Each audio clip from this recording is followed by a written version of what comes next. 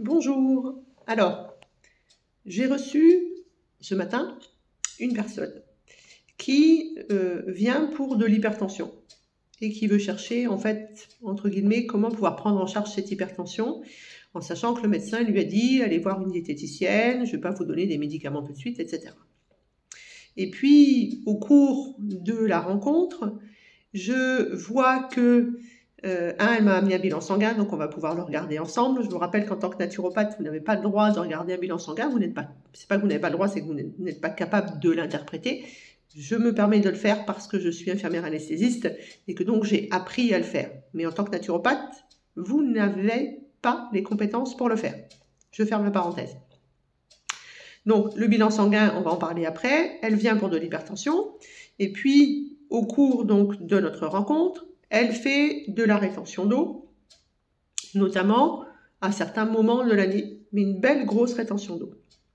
Donc, là, j'ai un capteur, entre guillemets, qui s'allume dans mon cerveau. Et je me dis, je vais vérifier le bilan sanguin. Et sur le bilan sanguin, eh bien, effectivement, j'ai une hémoglobine glyquée, une glycémie et un taux d'insuline qui me font penser à la résistance à l'insuline. Donc évidemment, en tant que thérapeute, je ne pose jamais de diagnostic. Néanmoins, j'ai pris le temps d'expliquer à la personne, comme je vais vous le faire aujourd'hui dans la vidéo, cette histoire de résistance à l'insuline et de tous les signes qu'elle a déjà. Puis évidemment, dans la vidéo, comme je vais le faire ce soir dans mon compte-rendu, je vais expliquer ce qu'on peut mettre en place pour éviter tout ça. Alors, il y a déjà une vidéo sur le SOPK, il y a déjà une vidéo sur le diabète, il y a 2 ou 3 vidéos sur le sucre, j'arrête le sucre. Tout ça, entre guillemets, va faire un bon package sur cette gestion du sucre. Alors, qu'est-ce que c'est que la résistance à l'insuline? Ça veut dire que je vais avoir besoin de plus en plus d'insuline pour gérer le même taux de sucre et que je vais fatiguer, entre guillemets, mon pancréas. Alors revenons à l'anatomie physiologique, la base. L'insuline, c'est une hormone. Une hormone qui est sécrétée par le pancréas. Et si on veut être précis, par une toute petite partie du pancréas, c'est-à-dire moins de 10% du pancréas, qui s'appelle les cellules de Langerhans, parce que découverte par monsieur Langerhans, eh bien 10% du pancréas va sécréter 2 hormones, une hormone hyperglycémiante, c'est-à-dire qui va obliger le foie à donner le sucre qu'il a et à l'envoyer dans le sang parce qu'on en a besoin, et cette hormone elle s'appelle le glucagon, et les cellules de Langerhans sécrètent aussi de l'insuline, une hormone qui va permettre au sucre de rentrer dans la cellule. C'est-à-dire qu'en gros, cette hormone, c'est une clé qui ouvre la porte de la cellule et qui permet au sucre d'aller dans la cellule. Le sucre, c'est la survie. C'est ce qui nous donne de l'énergie. C'est donc une priorité dans le corps. Dès que vous n'avez plus d'énergie, le corps va envoyer une information en disant « je veux du sucre, je veux du sucre, je veux du sucre ». Et la manière la plus facile de répondre à ça, c'est de vous dire « mange du sucre ». C'est bien plus facile que d'aller chercher du gras, que d'aller chercher du sucre qui est dans le foie, qu'on appelle le glycogène. Donc, mon pancréas est la glande mixte, puisqu'il fait endocrine et exocrine, qui sécrète de l'insuline. Dès que je vais avoir du sucre qui va arriver, même avant que ça arrive dans le tube digestif, c'est-à-dire je le vois déjà, j'envoie une information, il y a du sucre. Et dès qu'il est dans le tube digestif, évidemment, il va y avoir des petits capteurs qui vont dire au pancréas « Ouh, il y a du sucre qui est en train d'arriver, prépare-toi ». Et dès que le sucre a été assimilé dans l'intestin et passé dans les capillaires, prend la veine porte, arrive dans le foie va en mettre en réserve dans son hangar, puis il va dispatcher le sucre dans le sang. Et bien, dès qu'il y a du sucre dans le sang, un petit peu avant, si vous avez bien suivi, il va y avoir une sécrétion d'insuline. Et cette insuline, en fait, elle va prendre le sucre, elle va ouvrir la porte de la cellule et elle va mettre le sucre dans la cellule. La résistance à l'insuline, c'est une porte, entre guillemets, on va dire, qui est grippée, une clé qui est déformée et qui ne permet plus d'ouvrir cette porte et de mettre le sucre à l'intérieur. Donc, si l'insuline, la clé n'est plus bonne, le sucre, il va continuer à se balader, entre guillemets, dans le sang. Et donc, l'information va continuer d'arriver en disant « j'ai encore du sucre, j'ai encore du sucre, j'ai encore du sucre, j'ai une glycémie qui est haute. » Et glycémie haute, résistance à l'insuline, c'est 1,20 g. Donc, qu'est-ce qui se passe? J'ai du sucre, donc je fabrique de l'insuline. J'ai de l'insuline, mais l'insuline, elle ne fait plus son job. J'ai du sucre, il me faut l'insuline. Et l'insuline ne fait plus son job, etc., etc., etc. Et là, on est dans le cercle vicieux. Et ça s'appelle la résistance à l'insuline. Le problème de la résistance à l'insuline, c'est qu'en fait, vous allez fabriquer un pancréas qui se fatigue. Et on a moins de 10% du pancréas qui fabrique de l'insuline, avec les cellules alpha, bêta, glucagon, etc., etc. On ne va pas rentrer dans l'ultra détail, je vous laisse aller regarder le diabète si jamais vous voulez en savoir plus. Donc la résistance à l'insuline, c'est un pancréas qui se fatigue. Et donc, dès qu'il n'y a plus de cellules qui vont fabriquer de l'insuline, vous deviendrez diabétique. Ce qui veut dire que la résistance à l'insuline, c'est la première étape avant le prédiabète, qui est l'étape avant le diabète. Vous savez qu'aujourd'hui, on a, dans certains pays, dans les très grands pays, on peut citer l'Amérique par exemple, mais il y en a d'autres, où une personne sur 2 est diabétique. Ça veut dire qu'elle est déjà passée par le prédiabète et par la résistance à l'insuline. La résistance à l'insuline, par exemple, si vous avez vu les dernières vidéos sur le SOPK, c'est une des causes du SOPK. Mais je reviens à ma cliente et je vais essayer de vous expliquer un petit peu ce lien entre l'insuline, l'hypertension et la rétention d'eau. Lorsque vous êtes en résistance à l'insuline, vous fabriquez de plus en plus d'insuline pour réussir enfin à faire chuter ce niveau de sucre. Alors le but, c'est pas de faire chuter la glycémie, le but, c'est de faire rentrer le sucre dans la cellule. C'est ça le but de la survie, c'est d'avoir de l'énergie. Et donc, plus vous sécrétez d'insuline, plus vous allez faire plusieurs choses. La première, l'insuline, c'est une hormone maître, entre guillemets, elle fait plein de choses dans le corps. Vous pouvez revoir les différentes vidéos que j'ai mis là-dessus.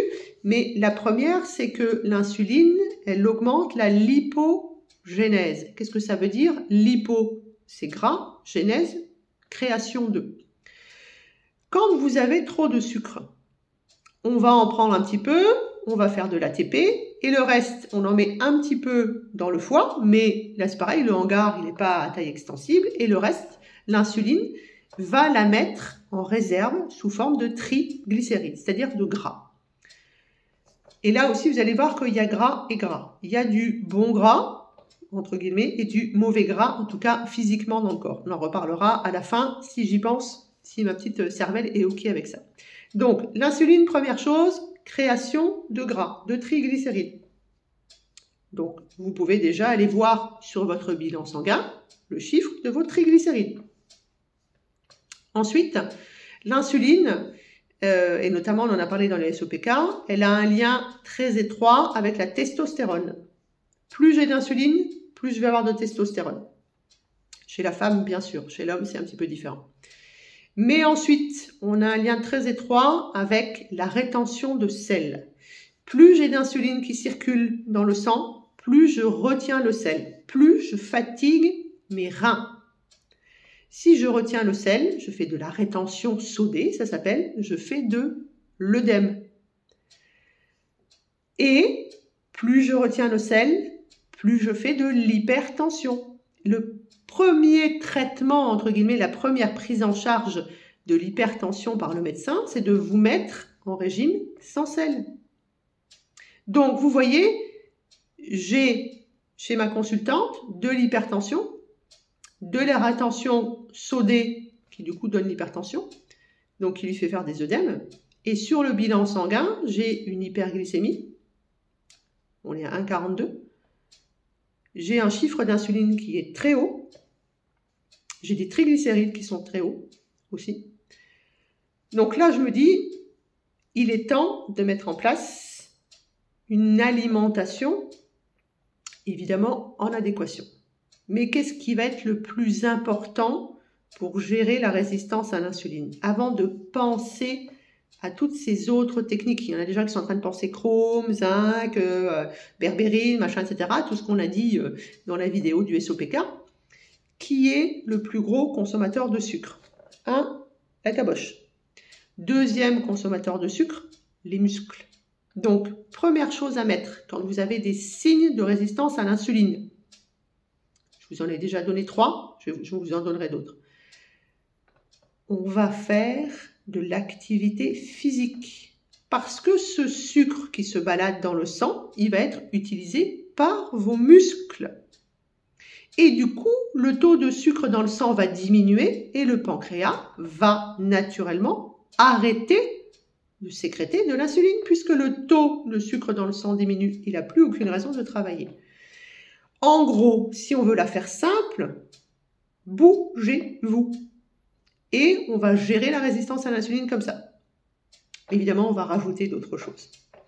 Donc, première chose, je me mets en mouvement. Vous savez qu'aujourd'hui, la résistance à l'insuline, comme d'ailleurs les cancers du pancréas et les tumeurs sur le pancréas, sont augmentés de 400% et arrivent surtout chez des gens de plus en plus jeunes, c'est-à-dire que le diabète, il arrivait en général à 50 ans, mais le diabète, avant, il y a eu le prédiabète et la résistance à l'insuline. Il nous faut à peu près 10 ans entre les deux.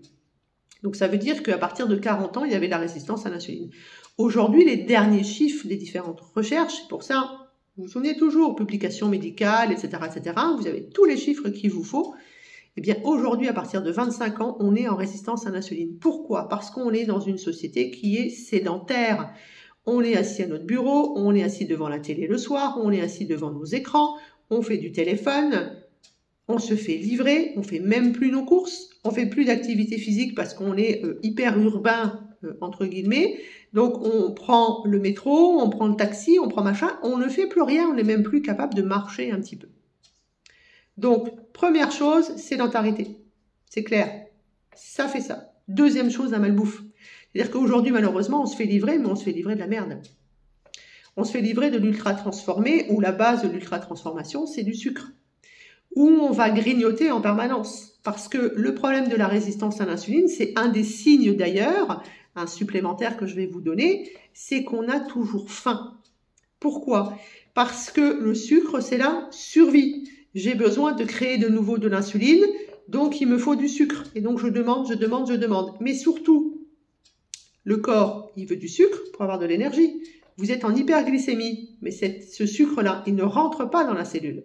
Donc le corps va vous dire, je veux du sucre, je veux du sucre, je veux du sucre. Donc, les signes biologiques au niveau de la peau. L'hypertension, l'œdème, les envies de manger du sucre. On peut rajouter là-dessus l'irritabilité. Vous savez, un peu les enfants qui sont grognons, vous vous dites, oh là là, c'est l'heure que je fasse à manger parce qu'ils commencent à être grognons. Ben, c'est ça c'est le besoin de sucre. Ça, c'est des signes.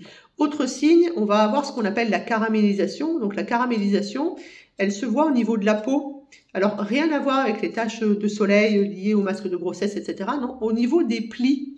Donc, à l'intérieur du coude, sous les bras, sous les seins chez la femme, au niveau de la ceinture chez l'homme, au niveau des plis inguinaux, il y en a certains qui les ont aussi dans le cou, on va avoir une peau qui va devenir brunâtre. Ça s'appelle la caramélisation. C'est ce sucre en fait qui stagne, qui au bout d'un moment, avec la chaleur de la peau et la chaleur entre guillemets du soleil, va nous donner du caramel.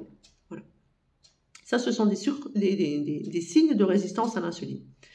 On a un autre signe aujourd'hui, la bedaine. Ce qu'on appelle le syndrome métabolique, c'est le premier signe chez la personne qui a plus de 40 ans, et notamment c'est le premier signe chez la femme de la résistance à l'insuline. Pourquoi? Parce que ça va être du gras, et ça ne va pas être du gras sympa. Je vous ai dit tout à l'heure, il y a du gras, du bon gras et du mauvais gras, entre guillemets. Alors on ne parle pas d'oméga 3 et de gras saturé, etc., etc.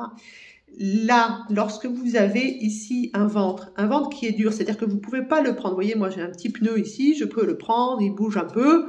C'est parce que j'ai un petit peu de gras, c'est génétique, je suis comme ça, chez nous on est des bien portants, donc j'ai un petit peu de gras. Là, on parle de gras, d'un ventre qui est dur, d'un ventre qu'on n'arrive pas à saisir, d'un ventre, si on fait ça, il ne bouge pas. Ben ça, c'est du gras lié aux triglycérides qui sont mis en réserve grâce à l'insuline, donc ça veut dire qu'on est en résistance à l'insuline. Voilà. Ça se voit beaucoup chez la femme qui a plutôt tendance à avoir des jambes un peu maigres et qui a un ventre ici qui est important. C'est la résistance à l'insuline. Donc vous voyez, il y a plein de signes pour savoir qu'on est en résistance à l'insuline. Donc on a dit, première chose à faire, on marche. On n'est plus sédentaire, on se bouge. Après le repas du soir, on va marcher. On ne se met pas devant Netflix, Amazon Prime, truc mus, bidule, machin, etc. Non, on peut faire ça un petit peu après si vraiment on a besoin de ça pour s'endormir. Mais on essaye plutôt, après le repas, de se bouger. On fait juste le tour du quartier. 10-15 minutes, ça suffit pour gérer, entre guillemets, ce taux de sucre. On va l'utiliser directement. Ça sera beaucoup plus facile. Évidemment, on va parler alimentation. L'été vient de se terminer, tout le monde a mangé des glaces, j'ai mangé de la glace. La glace, ça peut rester un plaisir. Un plaisir, c'est une fois par semaine, pas plus. La glace, c'est le meilleur aliment pour grossir. La glace, c'est du gras et pas du bon, parce que c'est du gras saturé, c'est des produits laitiers de vache, mais c'est aussi du lactose, c'est donc du sucre. Et puis la glace, sauf si vous la faites vous-même, c'est un produit ultra transformé où on rajoute en plus des sucres qui ne sont pas naturels, qui vont demander encore plus d'insuline et qui vont être très compliqués à rentrer, entre guillemets, dans la cellule. Donc, l'alimentation, ça veut dire que les glaces, maintenant j'oublie, de toute façon on est fin septembre, on est en automne, stop les glaces. Mais sinon, c'est un plaisir une fois par semaine sur la période de juillet-août, et on s'arrête là. Ça veut dire aussi qu'on va faire attention au fameux IG. Vous vous souvenez ce que je pense de l'index glycémique ou des marqueurs, etc., etc. C'est de se dire, je me prends en main, je fais attention à ce que je mange, je sais que plus je cuis les choses, plus l'index glycémique est élevé, donc je peux les cuire et les mettre à refroidir si vraiment je ne peux pas manger mon riz autrement. Et je peux m'acheter un cuiseur de riz, par exemple. Les pâtes, c'est toujours des pâtes al dente. Et puis, j'essaye de faire attention aux féculents, je fais attention à comment je mange mes pommes de terre, mais surtout, ça, c'est quand on a déjà une alimentation qui est correcte, que je fais attention à mes modes de cuisson. Et que je rajoute des légumes, parce que si je rajoute des légumes, ça fait baisser le taux de sucre dans le sang. Ce qui va être important déjà, c'est d'abandonner à 100% les plats ultra transformés. Vous allez prendre le temps de couper une carotte, de couper une betterave, de nettoyer de la salade, de faire cuire vous-même votre riz, vos légumineuses, etc., etc. Et là, il y aura beaucoup moins de sucre. Donc, je bouge. Comme ça, le sucre, il va aller dans les muscles. Deuxièmement, je fais attention à mon alimentation, je deviens vraiment un acteur de mon alimentation. Je me rends compte que. Et puis troisièmement, évidemment, je vais gérer mon stress, puisque vous savez, je vous le répète en permanence, je fais toujours ce signe-là. Cortisol, insuline sont en permanence en train de danser le tango. Donc, à chaque fois que je suis stressée, je sécrète de l'insuline. À chaque fois que je sécrète du cortisol, je sécrète de l'insuline. Pourquoi ? Parce que le stress, c'est le système sympathique. C'est donc la survie. La survie, c'est les muscles, le cœur, les poumons et les yeux qui se dilatent. Parce que j'ai besoin de courir ou j'ai besoin de combattre. C'est le fameux fight and flight. Pour pouvoir faire ça, j'ai besoin d'énergie. Pour avoir de l'énergie, il me faut du sucre. Donc, au départ, j'utilise ce que j'ai. Ensuite, il va y avoir du glucagon qui va me permettre de sortir du sucre, et c'est même l'inverse d'ailleurs. C'est d'abord le glucagon est sécrété, ce qui fait que le sucre qu'il y a dans le foie, il sort dans le sang, et là, du coup, je suis obligée d'avoir de l'insuline pour pouvoir faire rentrer ce fameux sucre dans les cellules. Donc, cortisol égale insuline en permanence. Plus vous sécrétez de l'insuline, plus vous êtes en résistance à l'insuline. Ok ? Est-ce que ça, c'est bien clair ?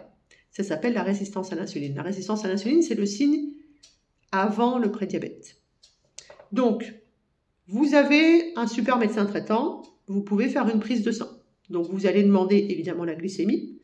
Mais la glycémie, vous savez qu'elle va dépendre de l'heure à laquelle vous allez faire votre prise de sang. Si vous la faites au moment où il y a le pic de cortisol, il y a un pic d'insuline et votre glycémie, elle n'est pas forcément juste, entre guillemets. Si tant soit peu que vous n'ayez pas trop en plus la prise de sang, etc. Donc ça va être faussé. On va surtout demander l'hémoglobine glyquée. Parce que du coup, l'hémoglobine glyquée, ça va faire quoi ? Ça va nous permettre d'avoir une glycémie sur 2 à 3 mois. En fonction des gens, on dit 2 à 3 mois. on va demander surtout le taux d'insuline dans le sang. Ça, c'est important. Ça va nous donner une bonne idée. Et puis, évidemment, vous faites une consultation poussée pour voir s'il n'y a pas d'autres signes qui peuvent ressembler à la résistance à l'insuline. Si, évidemment, il y a un SOPK, mais si on a aussi autre chose qui est très importante, une inflammation de bas grade, si on sait aujourd'hui, par exemple, que les douleurs aux différentes articulations, l'arthrose, c'est lié à la résistance à l'insuline, parce que l'insuline qui traîne dans les articulations, ça ronge le cartilage. Donc, si vous avez tous ces signes-là, allez chercher la résistance à l'insuline. Ça, c'est hyper important. Si vous avez de l'hypertension, si vous avez des triglycérides, si vous avez du cholestérol, allez chercher la résistance à l'insuline. Et puis, n'oubliez pas que lorsque j'ai de l'inflammation ici, parce que du coup, je me retrouve avec des choses qui sont là, qu'il faut traiter, etc., etc., j'ai de l'inflammation ici. Et on sait aujourd'hui que Alzheimer, c'est diabète de type 3. Ça a donc commencé par un prédiabète et par, entre guillemets, une résistance à l'insuline avant. Si on avait eu les signes, si on avait pris en charge tout de suite, dès les premiers signes, si on était devenu acteur de. Donc, il est l'heure de, 1, rencontrer un thérapeute, 2, voir avec votre médecin traitant si vous pouvez avoir une prise de sang, et puis de vous demander si vous avez des signes. Est-ce que vous avez un ventre qui est dur et qui est bien proportionné? Est-ce que vous faites de la rétention d'eau? Est-ce que vous avez des signes d'hypertension? Est-ce que vous avez des petites marques marron dans certains endroits? Est-ce que vous avez votre cerveau qui ne marche pas correctement, des troubles de la cognition, des troubles de la mémoire? Est-ce que vous avez des troubles digestifs? Et notamment, par exemple, ça peut être de la diarrhée. Il y a un lien entre l'insuline et la diarrhée. Je vous laisse revoir les différentes vidéos sur le SOPK, etc., etc. Et puis, on a un moyen simple. À l'époque, notamment chez la femme enceinte, on faisait, entre guillemets, du glucose provoqué. C'est une catastrophe, ça donne la nausée, machin, je ne sais pas si vous avez déjà fait, mais c'est juste insupportable à faire. Et ça, en fait, on vous injecte du sucre et on voit comment vous réagissez, en fait. Logiquement, vous mangez du sucre, le sucre augmente, l'insuline arrive, donc logiquement, le sucre descend. Okay. Et aujourd'hui, quand vous êtes résistant à l'insuline, ça monte, puis ça fait ça. Et quasiment ça descend pas. Ça descend très très très loin derrière, mais comme entre-temps vous avez rebouffé du sucre, on remonte complètement. Donc il y a cet examen de l'hyperglycémie provoquée qu'on fait souvent chez la femme enceinte, mais vous avez la possibilité aujourd'hui, c'est simple, ça coûte quasiment rien. Vous achetez des comment on pourrait dire ça, des testeurs de glycémie. C'est des petites choses que vous allez vous mettre sur la peau, qui sont reliées à votre téléphone. Et pendant 15 jours, vous allez voir comment vous réagissez lorsque vous mangez, entre guillemets, du sucre. Alors, je vous rappelle que le sucre, c'est évidemment les bonbons, le chocolat, les viennoiseries, les petets gâteaux, etc., etc. C'est le miel aussi, c'est la confiture, ne l'oubliez pas. C'est aussi les féculents, c'est aussi les légumineuses, même si les légumineuses ont une IG qui est un peu moins bonne.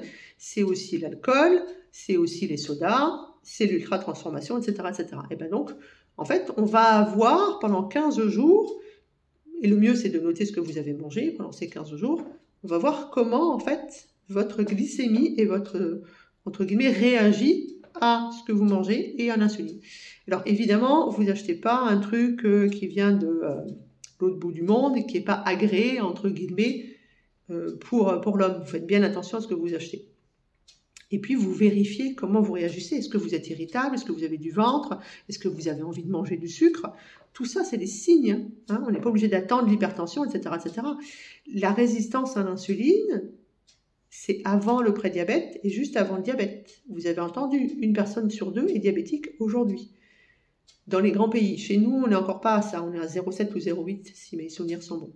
Donc, on peut faire quelque chose. La résistance à l'insuline, ça se, entre guillemets, pardon pour le terme, ça se soigne très bien. On peut faire quelque chose. Il n'est pas trop tard. Le diabète, je vous rappelle que rétinopathie, vous devenez aveugle. Premier signe d'ailleurs, cataracte. Quand la cataracte, elle arrive tôt, c'est un signe de résistance à l'insuline. C'est aussi des amputations. À l'hôpital, je ne vous dis pas le nombre de diabétiques qu'on ampute. Et on commence par un bout de doigt et puis on n'arrête pas de remonter. C'est aussi de la dialyse rénale puisque ça fout en l'air les reins. Donc, je pense notamment à l'alcool. Je pense à je sors du boulot, je vais boire une bière avec les copains, je fais l'apéro, puis après je mange et je finis mon repas par un dessert, etc. etc. Hein, Glucose Révolution, je vous conseille vraiment ce bouquin, il est très bien fait. Donc, attention, devenez acteur, arrêtez d'attendre que le médecin vous soigne, faites de la prévention, la résistance à l'insuline, ça se guérit très bien, ça va vous éviter le prédiabète et le diabète et tous les risques qui vont derrière. Sauf si maintenant, pour vous, c'est plus important de faire la fête avec les copains et que finalement, aller tous les 2 jours faire une dialyse rénale ou se faire amputer des jambes ou devenir aveugle, c'est pas important pour vous, continuez à être sédentaire, continuez à mal manger. Je le dis comme ça parce que c'est vraiment ce que je pense. Il faut devenir acteur de votre santé.